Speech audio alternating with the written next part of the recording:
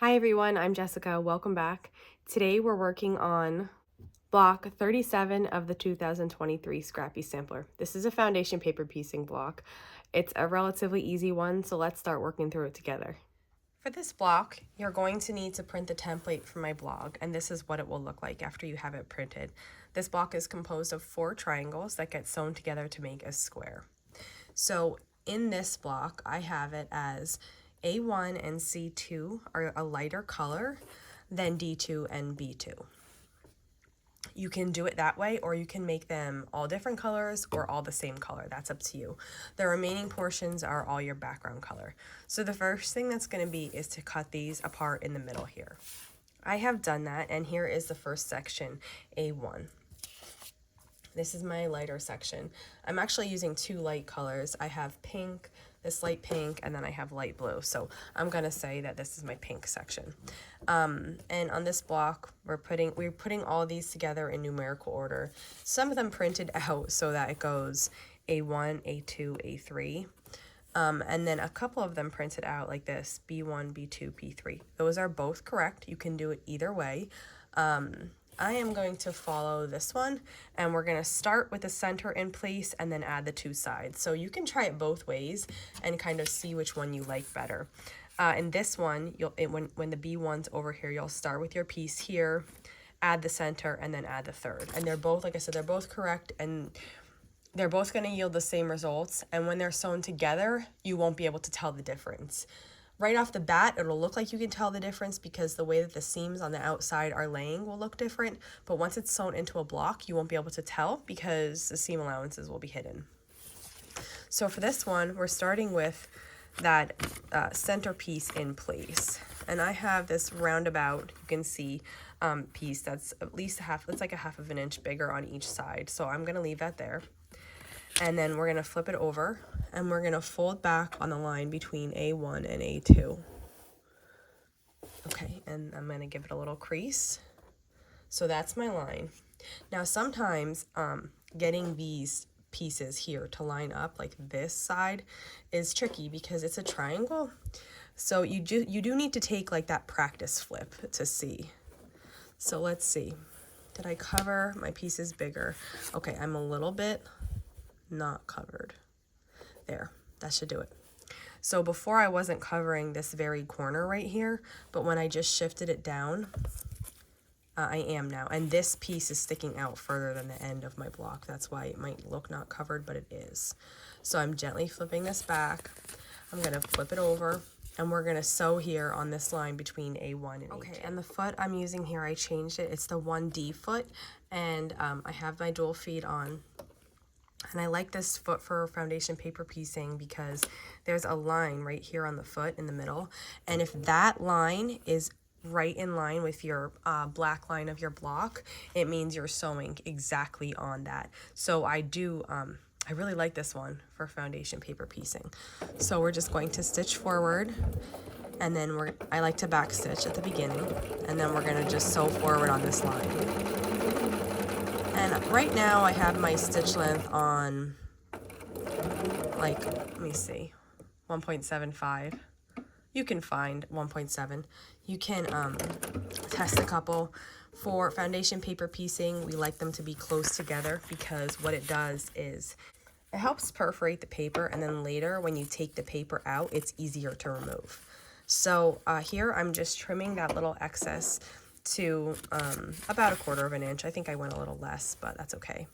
And then once again, before you proceed, you want to fold this out and make sure that you are indeed covering everything. And if you're not, time to get the seam ripper and fix that. And if you are, then you can go ahead to the next side.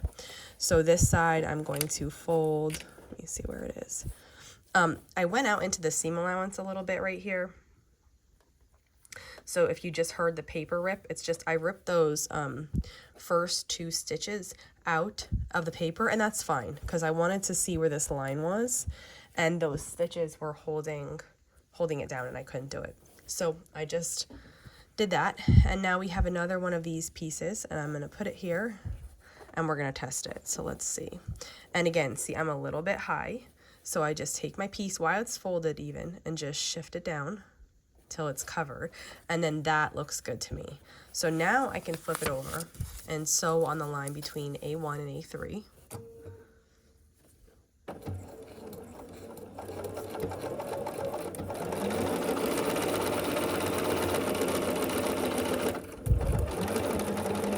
Okay. And we'll do the same thing where we fold it back and trim this excess away, leaving 1/4 of an inch behind. And then this is what we're left with. So now we need to make 4 of these units. If you're doing all one color, they'll look exactly the same. And if you're doing 2 colors, you'll have 2 identical and then 2 in the second color. So I'm going to make those, and then we will come back and I will show you how to trim them. Okay, I have all of my pieces made.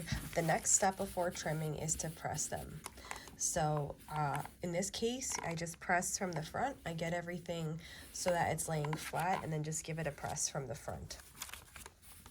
It is important to press your pieces before you trim them for foundation paper piecing, because if you don't have the piece laying nice and flat, when you flip it over to trim it, you could trim the piece incorrectly. So I always like to make sure I press these really nice from the front before we go and trim them, because it makes for more accurate piece after you're finished trimming. So these are finished. I have 2 pink and 2 blue, and let's go ahead and trim. Okay, I have my pieces here, and I use a ruler and a rotary cutter to trim these. You probably could use scissors if you wanted. You would just need to make sure that the fabric was laying exactly how it should be there.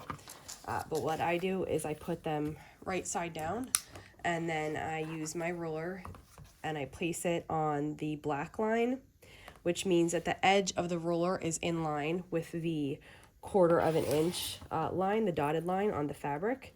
And then I just cut. Now this one's just got stuck, hang on. Okay, there we go. And then I just cut, and I'm gonna do that, repeat that process all the way around. So my solid line is in line with 1/4 of an inch on the ruler. And then when I cut, I'm cutting on the dotted line, and that's giving me 1/4 of an inch seam allowance. So I'm doing that. And then you'll see a lot of templates have this, and also these blocks have this little notch corner. Now, if you cut that out, it means that later when you assemble the block, you won't have any little overhangs at the corner to trim. So you just follow the lines on the paper, just as you did before, cut on the dotted line, and just remove those. And it just simplifies the process for later. So this is what our piece looks like. And you can remove the papers or sew the block together with the papers in and then remove them. It's up to you. So I'm just going to trim the rest, and then we'll go ahead and get started on assembly. Okay, I have brought my trim pieces over. I am going to take my papers out before we start sewing, so let me just show you. Because we sewed with a shorter stitch length than normal, these papers just kind of rip out like they have perforation. So I usually start on the outside and I work in, but because this block doesn't have an in, you can really kind of go in any order that you want here. Like I did from the courthouse steps block that we did, I think that was block 2 or 3. I started on the outside and I worked in. So you just remove your paper, and then what you're going to do is sew this together just like this. So we're going to sew 2 big triangles and then sew them together into the square.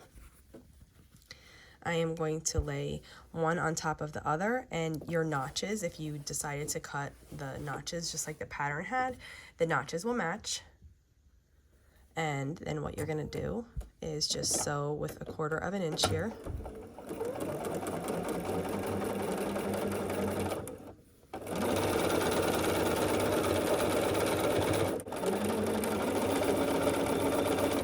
And then when you sew the other one down, you're just going to put one down, one triangle down, and one triangle on top of it. Line up the sides.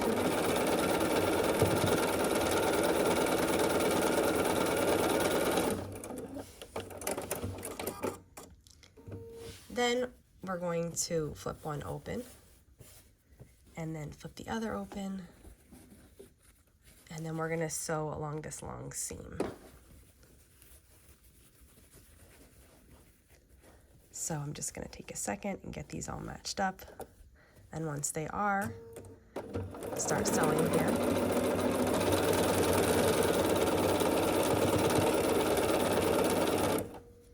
Then I'll take a second and get this one matched up. There we go.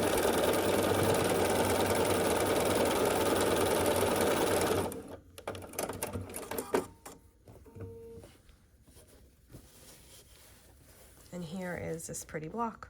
Let's press it. Okay, so I have the block upside down here. We're gonna work from the back to the front just like we usually do. And my cord's stuck, there we go. I'm just gonna press one side up to the middle seam, but not on the middle seam. And I'm gonna rotate it and do the same thing.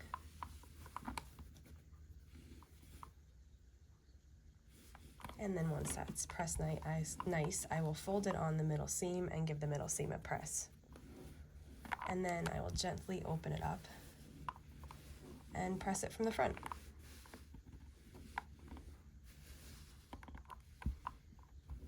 And once you're satisfied with how it looks, it's all finished. And here's our block. So isn't this so pretty?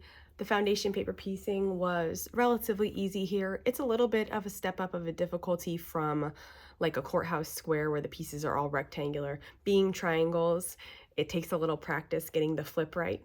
But if you crease like I showed you before you sew, then you'll make sure you're getting that right. So I hope you enjoyed making this. If you have any questions, just leave them in the comments below. And I will see you back here next week for 3 more blocks. Thank you for following along.